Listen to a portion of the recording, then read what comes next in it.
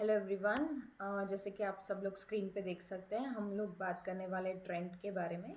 Trend में आज 8% तक का स्टॉक प्राइस इनमें इंक्रीमेंट हुआ है। इसका मेन रीज़न है वो हम आज डिस्कस करेंगे। उससे पहले हम लोग जान लेते कि Trent is a part of Tata group and उसका जो मेन बिजनेस है वो है रिटेल सेक्टर में। It is related to clothing and fashion brand. तो वो फुटवेयर, कपड़े वगैरह, एक्सेसरीज वगैरह काफ़ी बड़े क्वांटिटी में सेल करते हैं थ्रू आर रिटेल स्टोर्स जिनका नाम है वेस्ट साइड एंड जूडियो। उस जूडियो और वेस्ट साइड के नाम पे काफ़ी सारे टीयर 1 और टीयर 2 और टीयर 3 सिटीज़ में काफ़ी सारे स्टोर्स ओपन करके काफ़ी बड़ी चेन है उनकी। वो स्टोर्स ओपन किए हैं इनसाइड द इंडिया और ऑल्सो आउटसाइड ऑफ इंडिया। काफ़ी सारे उन्होंने स्टोर्स ओपन किए हैं और उसमें वो अपने प्रोडक्ट्स सेल करते हैं। Based on those revenue they have they earn actually. तो चलिए उसके बारे में हम बात करेंगे आगे जाके। और ये 8% बढ़ने का रीज़न भी वही है कि आज Q4 का कुछ रिजल्ट से रिलेटेड अपडेट दी है उन्होंने। तो वो डॉक्यूमेंट ओपन करके हम देखते हैं कि उन्होंने आज क्या बड़ा कौन सा बड़ा डिक्लेरेशन हुआ है फ्रॉम ट्रेंड साइड। तो ये ऑलरेडी मैंने ओपन करके रखा है, जिसमें Q4 में अगर हम 26 का रिजल्ट कंपेयर करें टू Q4 25 के साथ, तो उसमें 20% तक का ग्रोथ आया है। और अगर फुल फाइनेंशियल ईयर का अगर कंपैरिजन करें तो देयर इज़ अ 18% ग्रोथ। तो that is a positive sign definitely. Also Westside और जूडियो के Q4 में उन्होंने 22 स्टोर्स ओपन किए हैं फॉर वेस्ट साइड और जूडियो में 109 स्टोर्स ओपन किए हैं।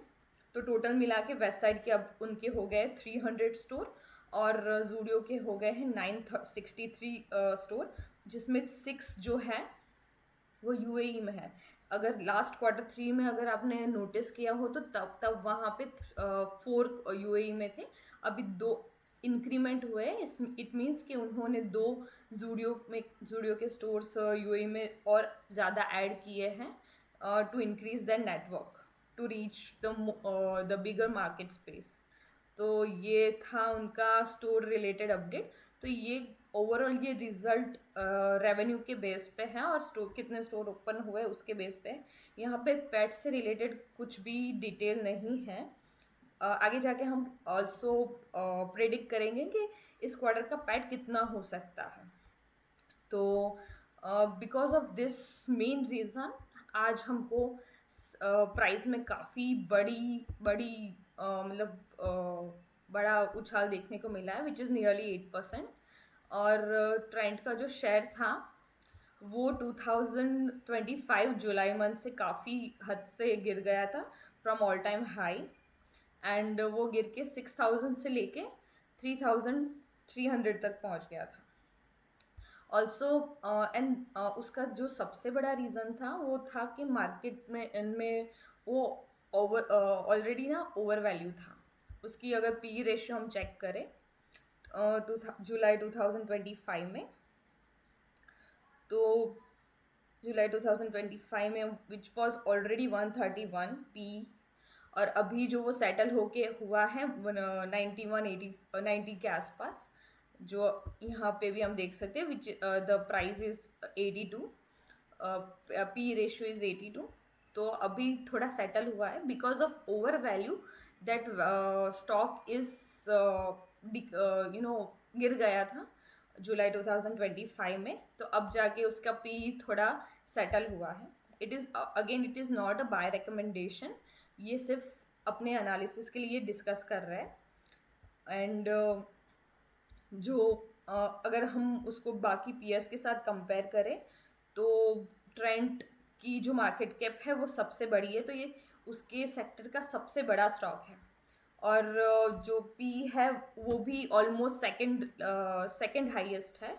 तो इस वजह से इसमें अभी काफ़ी दबाव है, लोग इसको परचेस नहीं कर रहे हैं। लेकिन because of the Q4 result it is today it is gain 8%।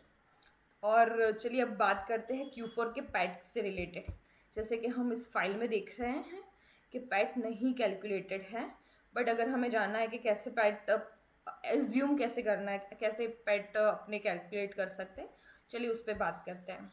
उसके लिए मैंने लास्ट Q3 की ये पीपीटी है जो यहीं पे स्क्रीनर पे ही अपलोड की गई है, जो मैंने ओपन की और उसमें मैंने चेक किया कि पैट उस टाइम पे कितना था, Q3 में कितना था।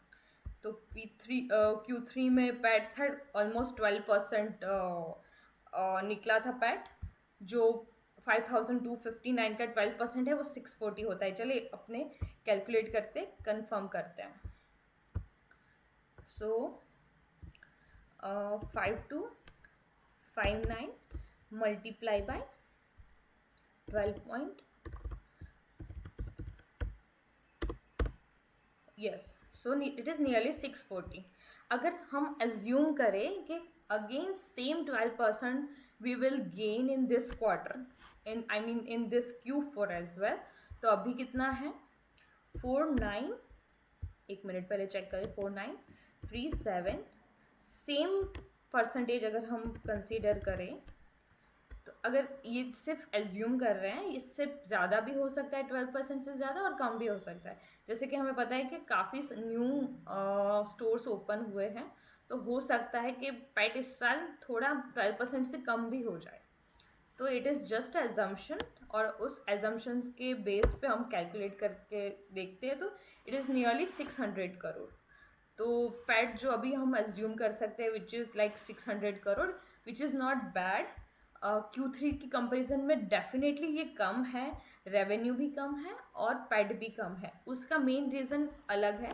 ये जो क्लोथिंग से रिलेटेड जितने भी कंपनीज होती है, उनका रेवेन्यू इतना क्वार्टरली हम कंपेयर नहीं कर सकते, जैसे कि Q4 का Q3 के साथ कंपेयर नहीं कर सकते। अगर हमें Q4 का अगर परफॉर्मेंस चेक करनी है, तो हमको लास्ट ईयर के Q4 के साथ कंपेयर करना चाहिए, ना कि Q3 के साथ। तो उसका एक मेन रीज़न मैं आपको बताती हूँ कि जब Q3 हुआ था, तो Q3 में दिवाली, काफ़ी बड़े फेस्टिवल्स थे, शादी की सीजन्स भी चल रही थी, और जो ये ट्रेंड है वो काफ़ी एथनिक वेयर्स भी सेल करते हैं, और उसमें काफ़ी सारे फेस्टिव सीज़न भी गई है, दिवाली, क्रिसमस वगैरह, तो उसकी वजह से Q3 में सेल्स काफ़ी अच्छा बढ़ा था।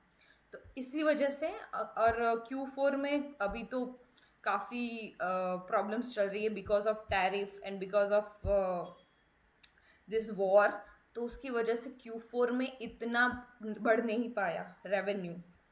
और ऑल्सो इस साल कोई बड़ा फेस्टिवल भी नहीं गया, तो उसमें रेवेन्यू में इतना बड़ा हमको इम्प्रूवमेंट नहीं दिखा। तो Q3 और Q4 में डिफरेंस होने का रीज़न मेनली यही होता है, ठीक है। तो इसकी वजह से अगर हम Q3 के साथ कंपेयर करेंगे तो ये रिज़ल्ट थोड़ा कम है, बट अगर Q4 25 का Q4 26 से कंपेयर करें तो ये रिज़ल्ट काफ़ी अच्छा है।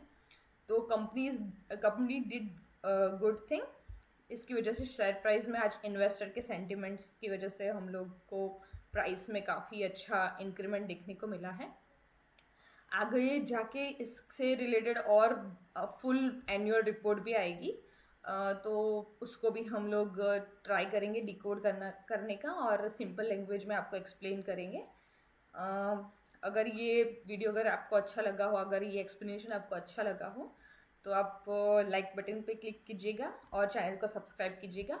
अगर डेटा पॉइंट्स एक्सप्लेन करने में कोई भी गलती हुई हो तो कमेंट सेक्शन में मेंशन कीजिएगा, we will try to improve our data points. Okay, thank you very much.